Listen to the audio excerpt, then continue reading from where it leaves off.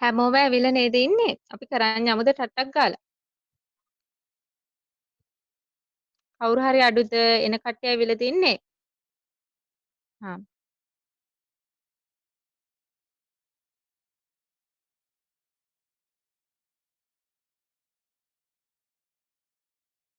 මම මයික් එක ඔන් කරන්නේ නැතුව කතා කරනවා. ඒකට මේ සෙමි ඇනුවල් කම්පවුන්ඩින් කියලා කියන්නේ මොකද්ද? සෙමි ඇනුවල් කම්පවුන්ඩින් කියලා කියන්නේ මාස 6කට සැරයක් ලැබෙන එක. එතකොට මේකෙදි කරන්න ඕනේ ඇඩ්ජස්ට්මන්ට්ස් තුනක් තියෙනවා. හරිද? දැන් අපි මේ ඩිස්කවුන්ට් රේට් එක කියලා කියන්නේ KD කියන එකනේ. එතකොට ඒ KD කියන එක අපිට පුළුවන් දෙකට බෙදන්න. හරිද? ඒ KD කියන එක දෙකෙන් බෙදන්න ඕන. ඊට පස්සේ N කියලා කියන්නේ දැන් අපි කිව්වොත් අවුරුදු 30යි කියලා අපිට මේක දැන් අවුරුදු 30ක් ඇතුළත නෙවෙයි ලැබෙන්නේ නේ. අපිට වාරික 60කින් ලැබෙන්නේ. එහෙනම් අපි කරන්න ඕන මොකද්ද? n කියන එක දෙකෙන් වැඩි කරන්න ඕන. ඔන්න ඉස්සෙල්ලම ඩිස්කවුන්ට් ෆැක්ටර් එක දෙකෙන් බෙදුවා. n කියන එක දෙකෙන් වැඩි කරා. ඊට පස්සේ ඉන්ටරෙස්ට් එකක් ගන්න ඕනේ. දැන් ඇනුවල් ඉන්ටරෙස්ට් එක අපි අරගෙන තිබ්බොත් අපි කරන්න ඕනේ ඇනුවල් ඉන්ටරෙස්ට් එකත් දෙකෙන්ම බෙදන්න ඕන. දැන් අපි මාස 6න් 6ට ඉන්ටරෙස්ට් එක ඩිස්කවුන්ට් කර කර යන්නේ. එහෙනම් ওই ඇඩ්ජස්ට්මන්ට් තුන අනිවාර්යයෙන්ම කරන්න ඕන. ඩිස්කවුන්ට් ෆැක්ටර් එක දෙකෙන් බෙදන්න. n කියන එක වර්ෂ ගාන දෙකෙන් වැඩි කරන්න. i කියන එක දෙකෙන් බෙදන්න. හරිද? ඒ ටික පුළුවන්නේ. හරිද? මේකේ අර්ථය ගත්තාම ලේසියෙන්ම කරන්න පුළුවන්. දැන් ඔන්න අපි බලමු non zero coupon plain bond එක මේකෙන් semi annual compounding කරන්නේ කොහොමද කියලා. දැන් අපි දන්නවා non zero coupon plain bond එකක් කියලා කියන්නේ කිසියම් finite කාලයක් තියෙනවා නේද? කිසියම් හොඳ මේ කියන්නේ නිශ්චිත period එකක් තියෙනවා. එතකොට අපි ඉස්සෙල්ලම කරන්න ඕන දැන් අර කිව්වා වගේම දැන් මේකෙත් හොයන්නේ cash flows වල තියෙන present value එක තමයි හොයන්නේ.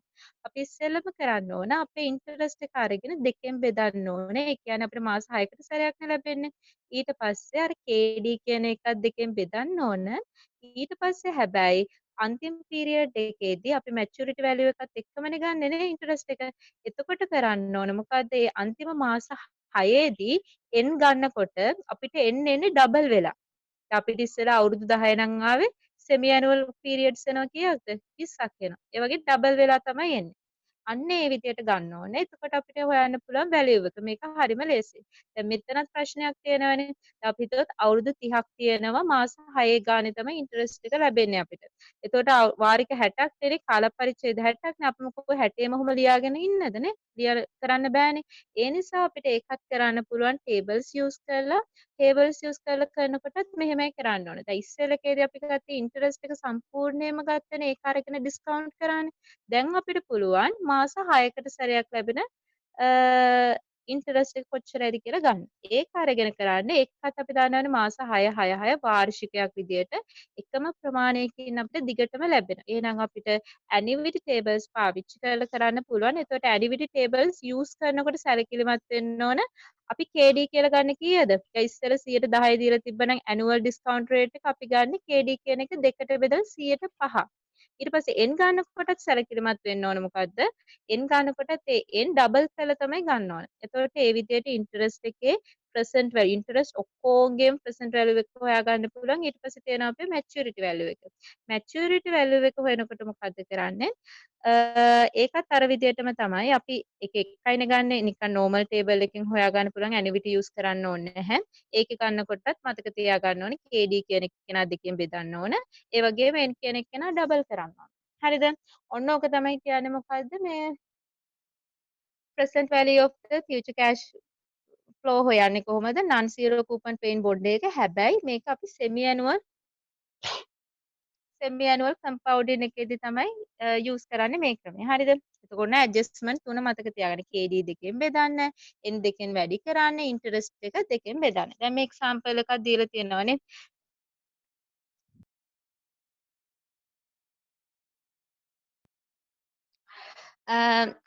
එක්සාම්පල් එකක් දීලා තියෙනවා. මේකේ කියලා තියෙනවා නේද? face value එක 1000ලු and provides 8% semi annual coupon. හරිද? 8% කියලා තියෙන්නේ 15 years වෙනකන් තියනවලු. හරිද? The appropriate discount rate is 10%. discount rate එක 10%ලු. මේ coupon bond එකේ value එක කීයද කියලා තමයි අහන්නේ. දැන් මෙතන මටත් ඔක මේ ඒ කියන්නේ බලනකොට ප්‍රශ්නයක් ආවා. දැන් මේක semi annual coupon rate එකද මේ 108 දීලා තියෙන්නේ කියලා. නෑ මේ 108 දීලා තියෙන්නේ semi annual coupon rate එක නෙවෙයිලු. මේ annual coupon rate එකලු තියෙන්නේ. හැබැයි මේක compound කරන්නේ semi annual විදියටලු. එතකොට අපි දැනගන්න ඕනේ ඉස්සෙල්ලම දැන් අර විදිහටම තමයි මේකේ වැලියු එකත් අපි හදන්නේ. ඉස්සෙල්ලම කරන්න ඕනේ අපි මාස 6කට අපිට ගෙවන්න සිද්ධ වෙන ඉන්ටරෙස්ට් එක කීයද කියලා හොයා ගන්න ඕනේ. දැන් මාස 6කට ඉන්ටරෙස්ට් එක හොයන්න ඉස්සෙල්ලා අපි ඉස්සෙල්ලම කරන්න ඕන අවුරුද්දටම ඉන්ටරෙස්ට් එක හොයා ගන්න ඕනේ. අපි දන්නවා ෆේස් වැලියු එක අරගත්තා. ෆේස් වැලියු එක වැඩි කරනවා මොකද්ද? ඇනුවල් කූපන් රේට් එකෙන් 108න්. එතකොට අපිට එනවා රුපියල් 80ක්. හැබැයි දැන් අපි වාර්ෂිකව නෙවෙයි ගණනය කරන්නේ අර්ධ වාර්ෂිකව. එහෙනම් අපි මොකද කරන්න ඕනේ? ඒ 80 බෙදන්න ඕන දෙකෙන්. එහෙනම් අර්ධ වාර්ෂිකව අපිට ඉන්ටරෙස්ට් එක කීයද? 40යි. අන්න ඒ කියන 40 තමයි අපි ඇනිවිටි ටේබල්ස් වලින් හොයලා ඩිස්කවුන්ට් කරන්න ඕන. එතකොට ඒකෙදි මොකද කරන්න ඕන? අපේ ඩිස්කවුන්ට් රේට් එක වෙන්නේ කීයද? 105යි. ඒකට හේතුව තමයි ඇනුවල් ඩිස්කවුන්ට් රේට් එක 110යි. ඒක දෙකෙන් බෙදුවා. ඊට පස්සේ අපිට කියලා තියෙනනේ 15 years වලට කියලා. එතකොට අපිට පුළුවන් ඒ 15 years කියන එක දෙකෙන් ගුණ කරන්න. ඒ කියන්නේ 30යි. හරිද? ඒක තමයි අපි කියන්නේ මොකද්ද මේ ඉන්ටරෙස්ට් එක හොයන එක. ඉන්ටරෙස්ට් එකේ percent value එක හොයන එක. ඊට පස්සේ ඉතින් මැචියුරිටි වැලියු එකත් අර විදිහටම තමයි. 1000නේ මැචියුරිටි වැලියු එක අපේ ඒකේ ගන්නේ ඩිස්කවුන්ට් රේට් එක 110 දෙකකින් බෙදලා ගන්නවා. ඒ වගේම මේ 15 years කියන එක දෙකෙන් ගුණ කරලා ගන්නවා. එතකොට ඒක ආයේ කියන්න දෙයක් නැහැ. ඔය අර ඉස්සර කරපු විදිහටම තමයි ඒකේ වැලියු එකත් හැදෙන්නේ. ඔක තමයි අපි කියන්නේ semi annual coupon bond එකකට එක්සැම්පල් එකක් කියලා. ඒක තේරුණා නේද? දැන් බොන්ඩ් වැලුවේෂන් එක ඉවර වෙන උතනින්. බොන්ඩ් වැලුවේෂන් එකේ කිසිම ප්‍රශ්නයක් නැහැ නේද? අපි අර පන්තියේදී සර් කරපු එක්සැම්පල් ටික අන්තිමටම කරමු. මේ ප්‍රශ්නයක් නැහැනේ නේ? නෑ කියලා මං හිතනවා. ඔන්න මං ඉස්සරහට කරගෙන යනවා. හොඳේ? එතකොට මේ preferred stock. ඒතර preferred stock එක කියලා කියන්නේ වර්ණීය කොටසක් නේ? preferred stock කියලා කියන්නේ වර්ණීය කොටස. නැතිලු ප්‍රශ්න. preferred stock කියලා කියන්නේ වර්ණීය කොටස් නේද? එතකොට අපි දන්නවා සාමාන්‍ය කොටස් සහ වර්ණීය කොටස් අතර තියෙන වෙනස. සාමාන්‍ය කොටස් වලට අපිට කියන්න පුළුවන් ද නිශ්චිත ලාභාංශයක් ලැබෙනවයි කියලා. බෑ. හැබැයි වර්ණීය කොටස් කියලා කියන්නේ අපි දන්නවා අපිට ෆික්ස් ඩිවිඩන්ඩ් එකක් නිශ්චිත ලාභාංශයක් ලැබෙනවා. එතකොට හැබැයි ඒක ලැබෙන්නේ at the discretion of the board of directors. board of directors ගේ අනුමැතිය මත. ඒගොල්ලෝ එකඟ වුණා නම් අපිට 110 ගානේ ගෙවන්න අපි ওই preferred stock එක ආයේ මාකට් එකේ සෙල් කරනකම්ම ඒගොල්ලෝ අපිට 110ම ගෙවන්න ඕනේ. හැබැයි අපිට කියන්න පුළුවන් ද සාමාන්‍ය කොටස් වලට මෙහෙම තියේවි කියලා? නෑ. සාමාන්‍ය කොටස් වල අවුරුද්දෙන් අවුරුද්ද පදු පරිශුද්ධ ලාභය ගණනය කරනවත් එක්කම ඔය කියන ලාභාංශය වෙනස් වෙනවා. ඒකනේ කියන්නේ අපි අධ්‍යක්ෂකවරු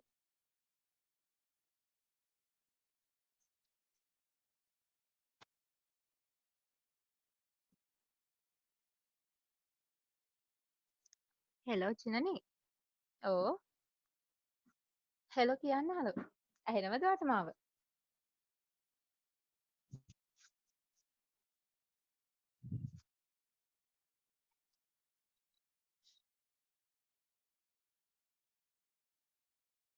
පොඩ්ඩක් කොහොම ඉන්න.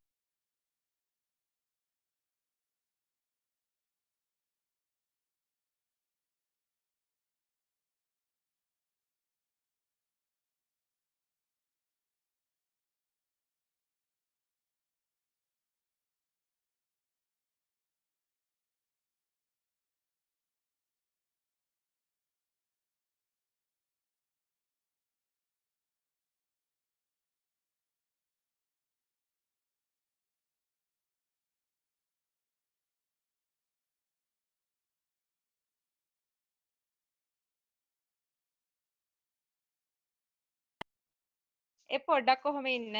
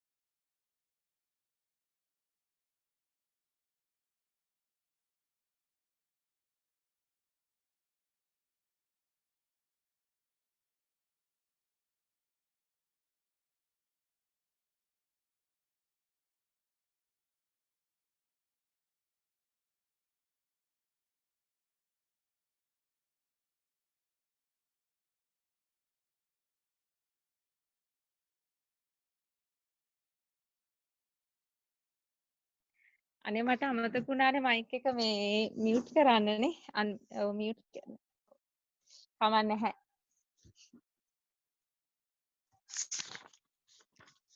ඔයගොල්ලෝ ඉන්නව නේද? මියුට් එක කොහෙද තිබ්බේ?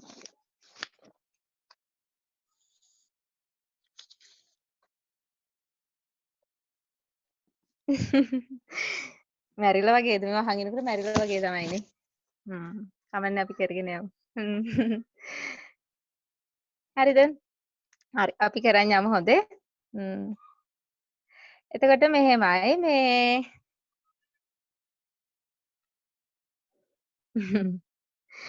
එතකොට මේ ප්‍රිෆර්ඩ් ස්ටොක් එකක් කියලා කියන්නේ මේකේ අපිට ලැබෙනවා මොකද ෆික්ස් ඩිවිඩන්ඩ් එකක් ලැබෙනවා. හොඳ ඒ කියන්නේ දැන් අපිට කිව්වොත් 10%යි කියලා ඒක දිගටම ලැබෙනවා. හැබැයි මේකට අනුමැතිය තියෙනවා ඩිරෙක්ටර්ස්ලගේ. හරිද? ඊට පස්සේ ඊළඟට තියෙන එකේ බලන්නකෝ preferred stock has preference over common stock in the payment of dividends and claims on assets. හරිද?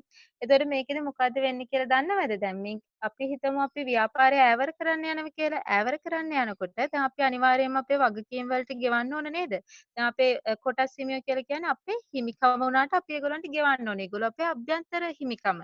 ඒ වගේම වරණීය කොටස් හිමියෝ කියලා කියන්නේ ඒගොල්ලන්ටත් ගෙවන්න ඕනේ. බාහිර ණය තියෙනවා නම් ඒ වලටත් ගෙවන්න ඕනේ. එතකොට කියනවා සාමාන්‍ය මේක පිළිවෙලක් තියෙනවා. අපි කියන ලික්විඩේට් කරනකොට ඔබ්ලිගේෂන් සෙටල් කරනකොට ඒක පිළිවෙලක් තියෙනවා. ඉස්සෙල්ලම අපි කරන්නේ මොකද්ද? බාහිර ණය වලට පියවනවා. ඊළඟට තමයි ප්‍රිෆර්ඩ් ස්ටොක්ස් වලට ගෙවන්නේ. හැබැයි ওই ඔක්කොම ගෙවලා ඉවරුනහම තමයි කොමන් ස්ටොක් වලට ගෙවන්නේ. ඒක තමයි කියන්නේ මේක කියලා තියෙන්නේ preferred stock has the preference over the common stock in payment of dividends and claims on assets. ඒ කියන්නේ ඒක අපි කියන ලික්විඩේට් කරනකොට විතරක් නෙවෙයි ඕනම ඩිවිඩන්ඩ් එකක් ගෙවනකොට උනත් ලාභාංශය වෙනකොට උනත් සාමාන්‍ය කොටස් හිමියන්ට වරිස්සරහින් ගෙවන්නේ මේ කියන ප්‍රිෆර්ඩ් ස්ටොක් හිමියන්ට. ඒ කියන්නේ වරණීය කොටස් හිමියන්ට තමයි ගෙවන්නේ. එතකොට දැන් ඔයගොල්ලෝ දන්නවා ප්‍රිෆර්ඩ් ස්ටොක් එකක් කියලා කියන්නේ මොකක්ද කියලා සාමාන්‍යාර්ථය. ඊට පස්සේ තියෙන්නේ අපිට ප්‍රිෆර්ඩ් ස්ටොක් කියන එක වැලිඩ් කරන්න. හරිද? එතකොට ප්‍රිෆර්ඩ් ස්ටොක් වැලිඩේට් කරන එක දැන් ඔයගොල්ලන්ට හරිම ලේසි. ප්‍රිෆර්ඩ් ස්ටොක් එකක් කියලා කියන්නේ අපි අර කතා කරන්නේ නේද නිකන් පර්පචුයිටි කියලා එකක්. අන්න ඒක වැලියු කරනවා වගේම තමයි. මොකද අපිට කියන්න පුළුවන්ද බොන්ඩ් එක කිසියම් මේ කාලයක් ඒ කියන්නේ කාලයක් කියන්න පුළුවන්ද? බෑ. අපි කිව්වට බොන්ඩ් එකකට මෙහෙම නිශ්චිත මැචියුරිටි පීරියඩ් එකක් තියෙනවා කියලා අපිට කියන්න බෑ ප්‍රිෆර්ඩ් ස්ටොක් එකකට මැචියුරිටි පීරියඩ් එකක් තියෙනවා කියලා. අපිට ඉතින් අපි කාලයක් තියාගෙන ඉඳලා මාකට් ප්‍රයිස් එක වැඩි වුණ ගමන් විකුණන එක ඇත්ත. ඒක වෙන කතාවක්.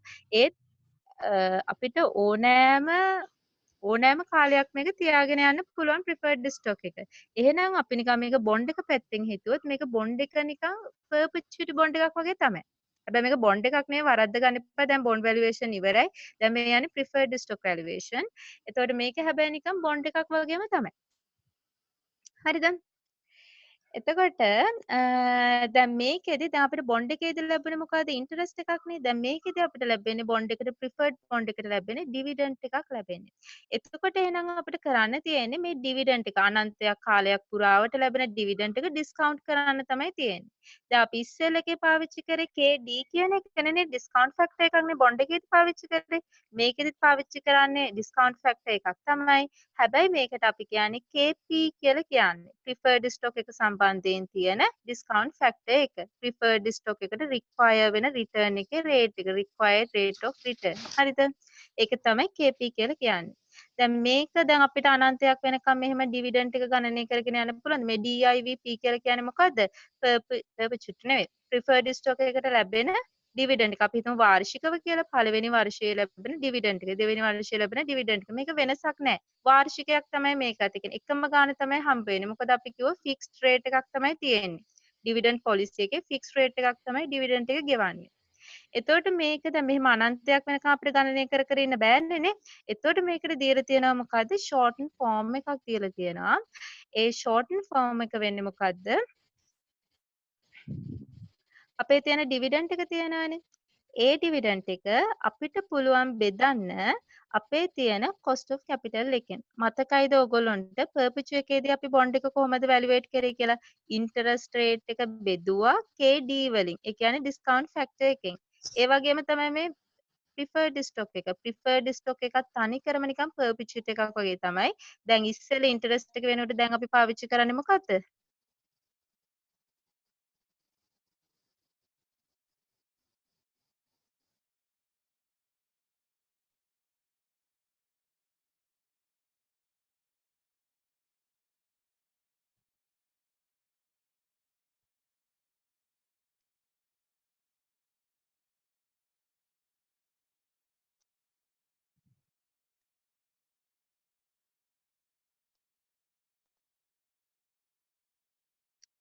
පොඩ්ඩක් කොහොම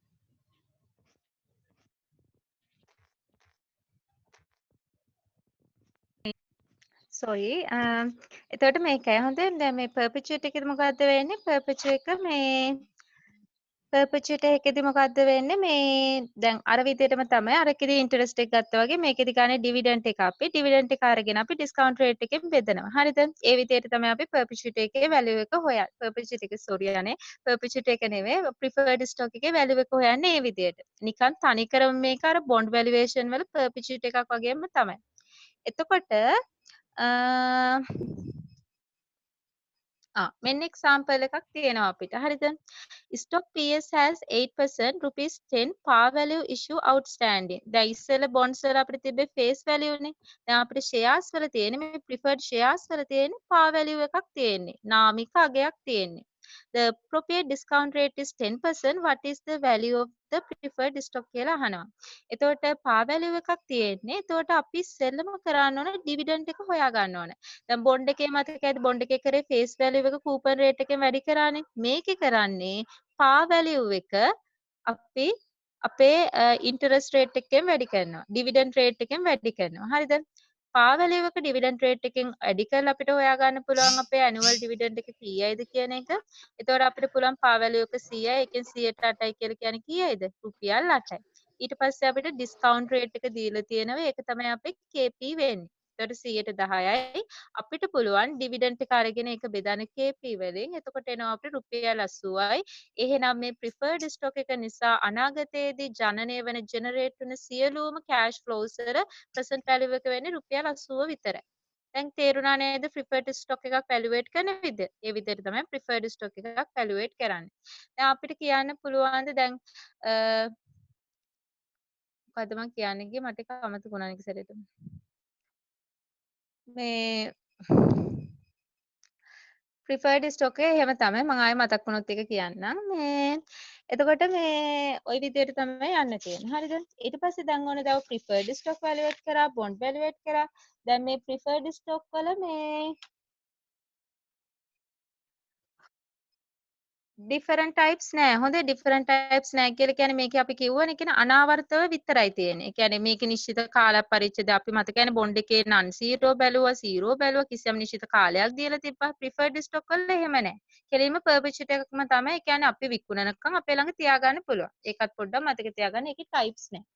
ඊට පස්සේ තියෙන්නේ අපි කොමන් ස්ටොක්. සාමාන්‍ය කොටස් අපි වැලියුවේට් කරන්න තමයි යන්නේ. එතකොට සාමාන්‍ය කොටස් කියලා කියන්නේ ඔයගොල්ලෝ දන්නවනේ. සාමාන්‍ය කොටස් කියලා කියන්නේ සාමාන්‍යයෙන් ඕනම ඕගනයිසේෂන් එකක තියෙන අපි ඔක්කොම දැන් අපි බාහිර වගකීම් ඊට පස්සේ අපේ ප්‍රිෆර්ඩ් ස්ටොක් ඒකේ ඔක්කොම අයින් කරායින් පස්සේ ඉතුරු වෙන අපේ හිමිකම තමයි අපි කියන්නේ residual ownership එක තමයි common stock කියලා කියන්නේ. හරිද? එතකොට මේකේ කියලා තියෙනවා මේ point එකේ pro rata share of future earnings after all other obligations of the firm if any remain. ඒ කියන්නේ අර මම ඉස්සෙල්ලා කිව්ව එක. මේ obligation අපි settle කරනවනේ. ඒ obligation settle කරනකොට මොකක් හරි ඉතිරියක් වෙලා තිබුණොත් විතරයි මේ වලට ගෙවන්නේ. දැන් අපි හිතුවොත් ඔක්කොම තිබ්බ ටික ඉවර වුණා අනිත් ඒවා වලට ගෙවනකොට. එතකොට සාමාන්‍ය කොටස් හිමියන්ට සිද්ධ වෙනවා මොනවත් නොගෙන ඉවත් වෙලා යන්න. ඒක කරන්න දෙයක් නැහැ. ඒ විදිහට තමයි ඒගොල්ලන්ට හිමිකම ලැබිලා තියෙන්නේ. ඊට පස්සේ මේකේ කියනවා ඒකෙත් කියන්නේ අර අන්තිම එකෙත් කියන්නේ එහෙමයි. ඩිවිඩන්ඩ් ගෙවන්නේ ඩිවිඩන්ඩ් එකත් ගෙවන්නේ ඔය කියන pro rata share of earnings. ඒ කියන්නේ ඩිවිඩන්ඩ් එකත් ගෙවන්නේ දැන් අනිකුත් ඔක්කොම preferred stocks වලට ඩිවිඩන්ඩ් ලාභාංශ ගෙවලා ඉවරුණායින් පස්සේ මොකක් හරි ඉතිරියක් තියෙනවා නම් බදු පෙර සුද්ධ ලාභය ඔක්කොටම වියදම් කරලා ඔක්කොටම විභජනය කරලා ඉවර වෙලා මොකක් හරි ඉතිරියක් තියෙනවා නම් විතරයි සාමාන්‍ය කොටස් හිමියන්ට ගෙවන්නේ. ඩිවිඩන්ඩ් එකත් එහෙමයි මොකක් හරි liquidation process එකකට යනකොටත් එහෙමයි. ඕනම දෙයකට අන්තිමට ඉතුරු වෙන අර අපි කියන්නේ අර මොකද්ද මේ ඉතුරු වෙන ඔක්කොම ටික අර ඉතුරු වෙන මේ කුළුට තමයි common stock holders ට ලැබෙන්නේ. මේකෙන් ඉවරයි මම ඊළඟ ස්ලයිඩ් එක ෂෙයා කරනකම් පොඩ්ඩක් ඉන්න. හොඳයි?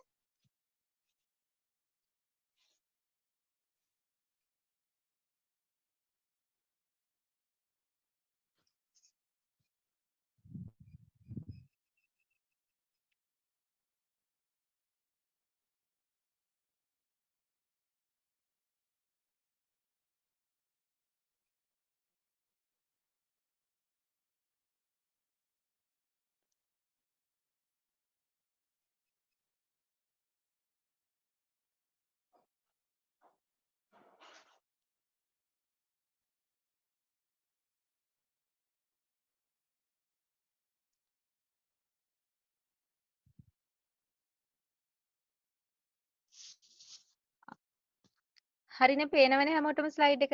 එතකොට common stock valuate කරනකොට අපි දැනගන්න ඕන තව දෙයක් තමයි මේ common stock එක valuate කරනකොට අපි දැන් ඉස්සෙල්ලම දැන් value කරනවයි කියලා කියන්නේ අනාගතයේදී ලැබෙන cash flows වල present value එක ගන්නවනේ. එතකොට අපි බලන්න ඕන අපිට ලැබෙන අනාගතයේදී ලැබෙන cash flows මොනවද කියලා.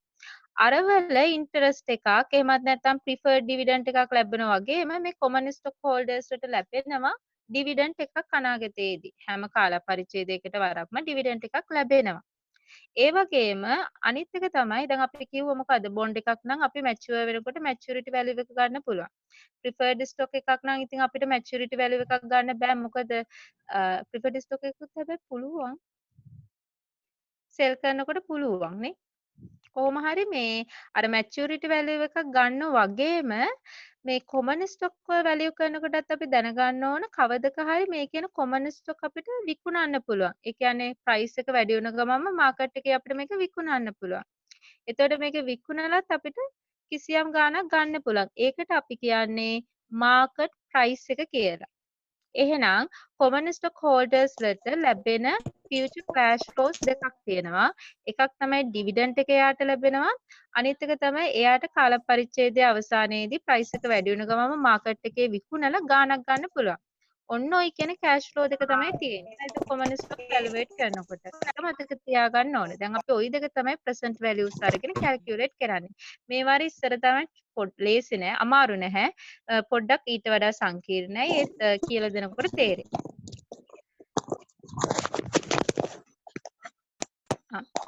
දැන් සාමාන්‍යයෙන් අපි කියනවා මේකෙදි අපි පාවිච්චි කරන්නේ dividend valuation model එකක්. හරිද? අපි පාවිච්චි කරන්නේ dividend valuation model එකක් තමයි පාවිච්චි කරන්නේ. දැන් මේ dividend valuation model එක අර ඉස්සර වගේම තමයි. ඉස්සෙල්ල කිව්වා වගේම තමයි මේකෙදිත් වෙන්නේ. අපි දැන් common stocks වලටත් අපි කියවනේ අපිට ලැබෙනවයි කියලා dividends නේ. එතකොට අපි කරන්නේ මොකද්ද? ඒ dividend එක අරගෙන ඒක discount කරනවා. ඒක discount කරලා ගන්නවා.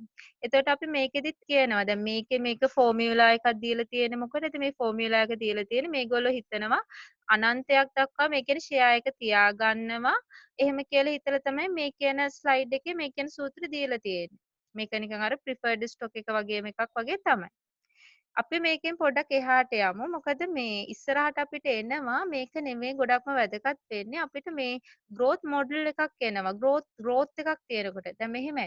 දැන් මේ dividends කියන දේවල් ගෙවනකොට දැන් අපි හිතුවට දැන් අපි කියවනේ preferred stock වලට නම් fixed dividend එකක් තියෙනවා කියලා. හැබැයි මේ dividend එක මේ common stock වලට තියෙන dividend එක අපි කියනවා වෙනස් වෙන්න පුළුවන්.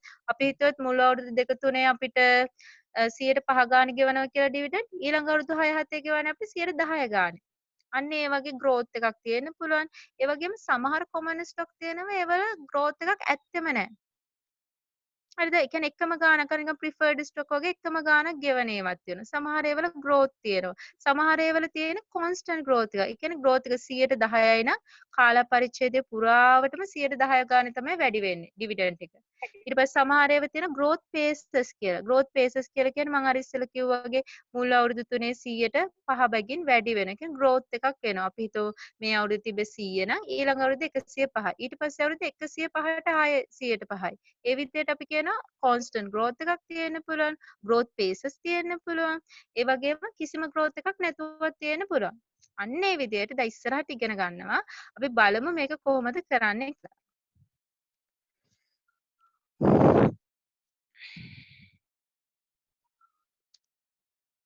හරිද? එතකොට දැන් මේකෙත් කියන්නේ මොකද්ද? adjusted dividend valuation model එක කියලා කියන්නේ දැන් අපි dividend එකක් valuate කරනකොට අපි ඉස්සෙල්ලා කිව්වේ ඒ කියන්නේ අනන්තයක් දක්වා අපිට තියාගෙන යන ඒ කියන්නේ අපිට නිශ්චිත කාල පරිච්ඡේදයක් නැහැ කියලානේ කිව්වේ.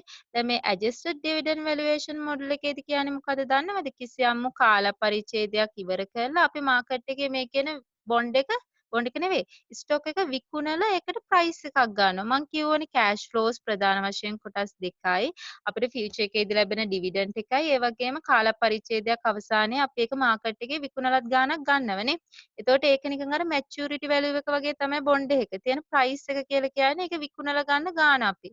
එතකොට අපිට පුළුවන් අර වගේ මේ අවුරුද්දෙන් අවුරුද්ද ලැබෙන ඩිවිඩන්ඩ් එක ඩිස්කවුන්ට් කරලා ඒ ගාණයි ඊට පස්සේ අන්තිම අවුරුද්ද තියෙනවනේ අන්තිම අවුරුද්දේ ඩිවිඩන්ඩ් එක විතරක් නෙවෙයි ලැබෙන්නේ අපිට මේ මාකට් ප්‍රයිස් එකත් ලැබෙනවා ඒකත් ඩිස්කවුන්ට් කරලා ගන්න පුළුවන්. එතකොට ඔය ඔක්කොම කෑෂ් ෆ්ලෝස් ඩිස්කවුන්ට් කරලා ගත්තාම තමයි අපිට එන්නේ ඉන්ට්‍රින්සික් වැලියු එක කොච්චරයිද කියලා. හරිද? මේ N කියලා කියන්නේ පේනවනේ නේ the year in which the firm shares are expected to be sold. ඒ කියන්නේ N කියලා කියන්නේ මෙතෙන්දි කියනවා ප්‍රයිස් එක. ඒ කියන්නේ අදාළ බොන්ඩ් එක විකුණන කම් ගාන. ඊට පස්සේ ප්‍රයිස් එක කියලා කියන්නේ අපේ ෂෙයා ප්‍රයිස් එන්න අවුරුද්ද අවසානයේදී විකුණන්න බලාපොරොත්තු වෙන ගාන තමයි ෂෙයා ප්‍රයිස් එක කියලා කියන්නේ. හරිද? මෙන්න මේක ඉතාමත්ම වැදගත්. මෙන්න මේකෙන් තමයි ගණන් අහන්නේ. දැන් අපි කියවනේ මේ නිකන් අපි ওই ඩිවිඩන්ඩ් එකක්නේ ගත්තේ. ඒ කියන්නේ මේ නිකන් අපි කොමන් ස්ටොක් එකක්නේ ගත්තේ කිසිම ඩිවිඩන්ඩ් එකේ කිසිම growth එකක් නැතුව. හැබැයි මේක ප්‍රැක්ටිකල් සිනාරියෝ එකේදී මේක වෙන්නේ නැහැ. ප්‍රැක්ටිකල් වෙන්නේ මොකද්ද? එන්න ඩිවිඩන්ඩ් එක වැඩි වෙනවා. එතකොට එන්න ඩිවිඩන්ඩ් එක වැඩි වෙන එක ආකාර 3කට වෙන්න පුළුවන්. හරිද? මේක තමයි කියලා තියෙන්නේ.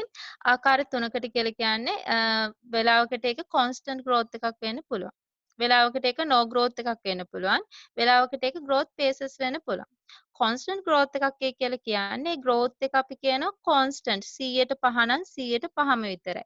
no growth එකක් කියලා කියන්නේ කිසිම වර්ධනයක් නැහැ. growth phases කියලා කියන්නේ මං කිව්වේ අර අපි ඔක විකුණන්නේ අවුරුදු 7කින් නම් මුල් අවුරුදු 4 100ට 5යි. ඊළඟ අවුරුදු 3 110යි. ඒක තමයි අපි කියන්නේ growth phases කියලා. හරිද? අන්න ඕක තමයි අපි කියන්නේ dividend growth pattern එක කියලා. ඕක අපි බලමු කොහොමද මේ constant growth එකක් තියෙනකොට growth එකක් නැති වෙලාවට growth phases තියෙනකොට කොහොමද අපි value කරන්න කියලා බලමු ඉස්සරහට. ඊට පස්සේ තියෙන්නේ මොකද්ද? constant growth model එකක්. constant growth model එකේදී ඉස්සෙල්ලම ගන්න ඕන අර්ථය. හරිද අපි අර්ථය ගන්නවයි කියලා කියන්නේ මේ constant growth model එකේදීත් අපිට dividends ලැබෙනවා අපි මේක විකුණනකම්. අපි හිතමු මේක අනන්තයක් දක්වා මේ කියන common stock එක අපේ ළඟ තියෙනවයි කියලා. හරිද? එතකොට අපිට අපි මේක විකුණන කම්ම අපි ළඟ තියෙනවා. හරිද? හැබැයි මේකේ ඩිවිඩන්ඩ් එක මොකද්ද වෙන්නේ? එන්න growth එකක් වෙනවා. එහෙනම් අපිට උඩ දාන ඩිවිඩන්ඩ් එක නිකන් දාන්න බෑ. අපි ඒකට growth එකක් ගලපන්න ඕන. ඒ growth එක ගලපනකොට හොඳට මතක තියාගන්න උඩට දාන්නේ D0. D0 කියලා කියන්නේ අද අපිට ලැබෙන dividend එක. හරිද? අද අපිට ලැබෙන dividend එක. D1 කියලා කියන්නේ මොකද්ද? අවුරුද්දක් ගියයින් පස්සේ අපිට ලැබෙන dividend එක. D0 කියලා කියන්නේ just now අපිට ලැබෙන paper එක කියන්නේ එහෙම just receiving. ඒ කියන්නේ අපිට දැන්ම ලැබෙන මේ දැන් ලැබෙන dividend එක තමයි අපි කියන්නේ D0 කියලා. එතකොට ඒ දැන් ලැබෙන ඩිවිඩන්ඩ් එකට අපිට සිද්ධ වෙනවා මොකද්ද? growth rate එක ගලපන්න සිද්ධ වෙනවා. එතකොට මේ කියන growth rate එක අපි හිතමු දැන් පළවෙනි අවුරුද්ද කියලා. එතකොට D0 1 G වල පළවෙනි බලය. දෙවෙනි අවුරුද්දේ D0 1 G වල දෙවෙනි බලය. එහෙම කිය අනන්තයක් වෙනකම් අපිට ගණනය කරන් යන්න තියෙන්නේ. යට ටික දන්නවනේ ඉතින් ඩිස්කවුන්ට් කරන්නනේ 1 KE කියන එක පාවිච්චි කරන්නේනේ. දැන් අපි බොන්ඩ් එකකද KD ගත්තේ නේ. ප්‍රිෆර්ඩ් ස්ටොක් එකකදී KP ගත්තේ. කොමන් ස්ටොක් එකකදී ගන්නේ මොකද්ද? KE කියන එක ගන්න. දැන් මේකත් හරි ප්‍රශ්නයක්නේ. අපිට පුළුවන් ද මේක දිගටම ගණනය කරගෙන යන්න බෑනේ. එහෙනම් අපිට අවශ්‍ය වෙනවා අර පර්පෙචුටි එකකදී යූස් කරා වගේ, ප්‍රිෆර්ඩ් ස්ටොක් එකකදී යූස් කරා වගේ එක සූත්‍රයක් අවශ්‍ය වෙනවා කෙලින්ම උත්තරේ ගන්න. මොකද අපිට ගොඩක් ගණනය කිරීම කරන්න බෑනේ අපිට. ඒ නිසා මේකට දීලා තියෙන සූත්‍රය තමයි D1 divided by KE minus G. හරිද? D1 කියලා කියන්නේ හොඳට මතක තියාගන්න dividend paid at time 1. දැන් උඩ සූත්‍රය පාවිච්චි කරේ D0 නේ. එතකොට දැන් මෙතන පාවිච්චි කරන්නේ D1. D1 කියලා කියන්නේ අවුරුද්දක් ගියයින් පස්සේ අපිට ගෙවන්නේ මොන වගේ dividend එකක්ද කියන එක. එතකොට දැන් අපි උඩ සූත්‍ර පාවිච්චි කරන්නේ නැහනේ. ඒ නිසා ඔයගොල්ලෝ ඒ සූත්‍ර අමතක කරලා දාන්න. මේ යට සූත්‍ර ගොඩාක් වැදගත්. ඉස්සරහටත් ෆයිනෑන්ස් වල තියෙන පාඩම් වලට මේක වැදගත් වෙනවා. හරිද? ඊට පස්සේ KE කියලා කියන්නේ ඉතින් අපි දන්නවනේ required rate of return එක. ඒ කියන්නේ KE කියලා කියන්නේ discount factor එක. ඊට පස්සේ තියෙන මොකද G කියලා කියන්නේ මොකද්ද? growth rate එක තමයි G කියලා කියන්නේ. එතකොට ඔන්න ඔය සූත්‍ර මතක තියාගන්න. හොඳ D1 බෙදීම KE minus G. ඒක මතක තියාගන්න. ඒක තමයි constant growth model එකේ තියෙන සූත්‍රය. එතකොට අපි බලමු කොහොමද මේක example එකක් දීලා තියෙනවා. ඒකේ බලමු. Stock CG has an expected growth rate of 8%. Each share of stock just received an annual rupees 3 and 34 cents dividend per share. The appropriate discount rate is 15%. What is the value of the common stock? දැන් බලන්න growth rate එක 108යි කියලා දීලා තියෙනවා. එහෙනම් අපි දැනගන්න ඕන ආයෙ කියලා කියන්න දෙයක් නැහැ. මේක constant growth එක. එක growth rate එකයිනේ අපිට දීලා තියෙන්නේ. එහෙනම් මෙතන තියෙන්නේ constant growth එකක් තමයි. මොකද අපිට දැන් මෙතන පාඩමේ යන නිසා අපි අඳුර ගන්නවා මේක constant growth model එකේ ප්‍රශ්නයක් කියලා. අපිට exam එකේදී දෙන්නේ නැහැනේ මේක constant growth ද එහෙම කියලා. ඒකට අපි අර වචනෙන් තමයි අඳුර ගන්න ඕන growth rate එකක් එක rate එකයි නම් දීලා තියෙන්නේ. එහෙනම් ඒක constant growth rate එකක්. හරිද? ඊට පස්සේ කියලා තියෙනවා අන්න මං කියව එක just received dividend එක කීයද කියලා දීලා තියෙනවා කීයද? රුපියල් 3.724යි. හරිද? ඊට පස්සේ discount rate එක දීලා තියෙනවා 15%යි කියලා. එහෙනම් අපෙන් අහනවා future cash flows වල intrinsic value එක present value එක කොච්චරයිද කියලා. ඔව්. කවුරු හරි මොනවා හරි කිව්වද? මොනවා හරි ප්‍රශ්න තියෙනම් අහන්න හරිද? මම මේ තනින් කරනවද දන්නෙත් නෑ. හරිද? කොහොම හරි මේ ඔන්න ඔහොමයි වෙන්නේ මේ ඉස්සෙල්ලම දැන් ඔන්න just received කියලා කියන්නේ D0 අපිට දීලා තියෙන්නේ. හරිද? discount rate එක 115යි කියලා තියලා තියෙනවා. හරිද? එතකොට ඉස්සෙල්ලම දැන් අපි සූත්‍රෙට දාන්න නම් මොකද කරන්න ඕනේ? D1 කීයද කියලා හොයාගන්න ඕනේ. D1 කියලා කියන්නේ පීරියඩ් එකක් ඉවර වුණාම ලැබෙන ගානනේ. එතකොට D1 හොයාගන්නේ ඔන්න D1 හොයාගන්න හැටි බලන්න. D0 දැන් මෙතන ලියලා නැහැ. D0 වලට growth rate එක ගලපන්න ඕන. ඒකේ පළවෙනි බලය. පළවෙනි අවුරුද්දේ ඩිවිඩන්ඩ් එක හොයන්නේ කොහමද? 3.24 එක එකතු කිරීම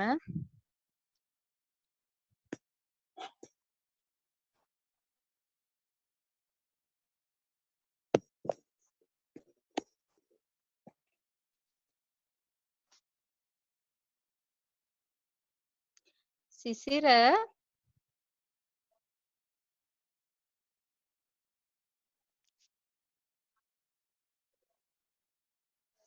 හරි.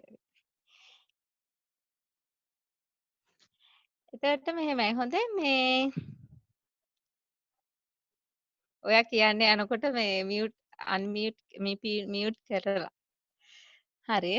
මේ එතකොට දැන් D1 කියන එක හොයාගන්නේ අපි අපේ D0 ඩිවිඩන්ඩ් එක අරගෙන ඒ කියන්නේ just received dividend එක අරගෙන ඒකට growth rate එක ගලපනවා. හරිද? growth rate එක ගලපන්නේ 1 g කියලා. එතකොට g කියලා තියෙන්නේ කීයද? g කියන්නේ 108යි 108 ගලපන්නේ කොහමද? 0.08. එහෙම නැත්නම් 108 0.8 කියලා දාන්න එපා. එතකොට එන්නේ 180. හොඳේ. එතකොට අපිට පුළුවන් D1 කොච්චරද කියලා හොයාගන්න. ඕක කැල්කියුලේට් කරලා දැන් D1 හොයාගත්තා. ඊට පස්සේ යට කැලේ ඉතින් ගෙඩි පිටින් දීලා තියෙනවනේ. KE කියලා කියන්නේ මොකක්ද? අපේ ඩිස්කවුන්ට් රේට් එක 115යි. බලන්න 0.15 0.15 ඒක අඩු කරන්න ඕන. මොකද්ද අපේ තියෙන growth rate එක. growth rate එක කියලා කියන්නේ 0.08. එතකොට ඔන්න හරිම ලේසි constant growth model එක යටතේ අපිට ඔය කියන ස්ටොක් එකේ වැලියු එක ගන්න. හරිද? ඒක තේරුණා නේද? හැමතිස්සෙම D0 D0 කියන එකට growth rate එක ගලපලා තමයි පළවෙනි අවුරුද්දේ dividend එක අරගෙන තමයි ඒක discount කරලා අපි කොහොම හරි ඔය කියන value එක හොයන්නේ. හරිනේ? ඊට පස්සේ දැන් ඔන්න constant growth එක ඉවරයි. ඊට පස්සේ අපිට තියෙන මොකද? zero growth model එක. හරිද? එතකොට zero growth model එකක් ඒ කියලා කියන්නේ මේකෙදි අපි කියනවා කිසිම growth එකක් නැහැ කියලා. එතකොට මම ওই උඩ තියෙන සූත්‍රය ඔයගොල්ලන්ට කියන්නත් ඕනේ නැහැ. ඔයගොල්ලෝ දැන් දන්නවා growth එකක් නැහැ කියලා කියන්නේ උඩට growth එකක් ගැලපෙන්නේ නැහැ. කෙලින්ම DD කියලා තමයි යන්නේ. ඊට පස්සේ මොකද වෙන්නේ? යට ටිකේ ඉතින් අපි ඩිස්කවුන්ට් කරන එක තමයි වෙන්නේ. එතකොට මේක අනන්තයක් වෙනකන් යනවනේ. ඒතර උඩ සූත්‍රය අපිට වැඩක් නැහැ. මේකෙදි යන්න අපිට දීලා තියෙනවා මොකද්ද? තනියෙන් පාවිච්චි කරන්න පුළුවන් සූත්‍ර උන growth එකක් නැති zero growth model එකේදී කොහොමද අපි ගන්නෙ? D1 බෙදීම KE. දැන් ඉස්සෙල් එකේ මොකද constant growth එකක් තිබ්බනම් KE G කියලා ආව නේද? growth rate එකත් ගැලපුණා. මේකෙදි ගන්නෙ D1 බෙදීම KE කියලා තමයි එන්නේ නේද? ඒ KE කියලා කියන්නේ investors එකේ තියෙන required return එක D1 කියලා කියන්නේ පළවෙනි අවුරුද්ද අවසානයේදී අපිට ලැබෙන dividend එක.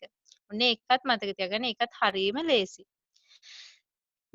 ඊට පස්සේ දැන් මෙතන එක්සැම්පල් එකක් දීලා තියෙනවා stock ZG has an expected growth rate of 100 බිංදුව. බලන්න මේ මේ ස්ලයිඩ් එක හදනකොට 100 ඒ අර අපිට